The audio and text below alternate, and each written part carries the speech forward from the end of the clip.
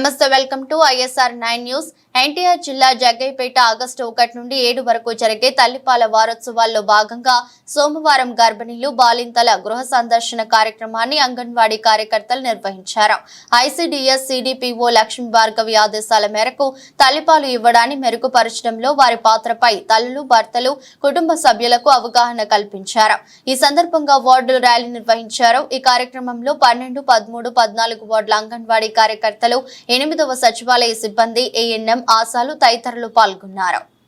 August 1 నుంచి 8వ తారీఖు వరకు మనం తల్లిపాల వారోత్సవాలను జరుపుకుంటాము. ICDS పరిధిలో మొదటి రోజు ర్యాలీ లాగా జరుపుకున్నాము.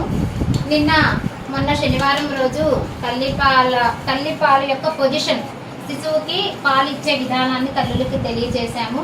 అది పొజిషన్ ఎలా ఉండాలి అనేది తెలియజేయడం జరిగింది. ఈ రోజు మేము గృహ సందర్శన చేసి తల్లులకి పాలిచ్చే విధానాన్ని తెలియచేయడం, వారు ఏ విధంగా దాన్ని తాగుతున్నారు అనేది గమనించడం కోసం గృహ సందర్శన చేస్తున్నాము. దాంట్లో భాగంగా మేము ఈ తల్లి దగ్గరకు వచ్చాము. ఈ బాబుకి ఇప్పుడు 4వ నెల కదరా, 4వ నెల.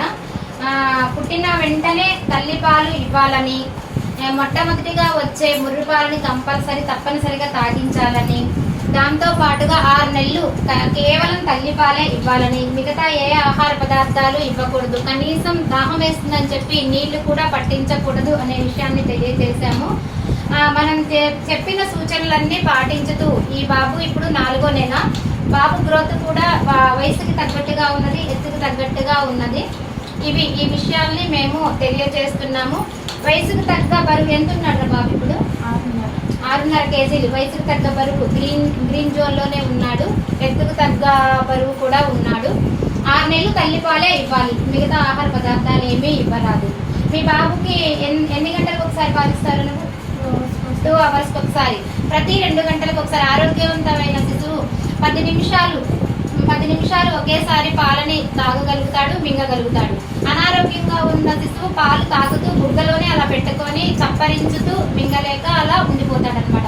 ఆరోగ్యంగా ఉన్న శిశువు 10 నిమిషాల్లో పాలు తాగేసి మింగుతాడు. తర్వాత మళ్ళీ 2 గంటల తర్వాత మళ్ళీ ఆకలి వేసినప్పుడు పాలు తాగుతాడు.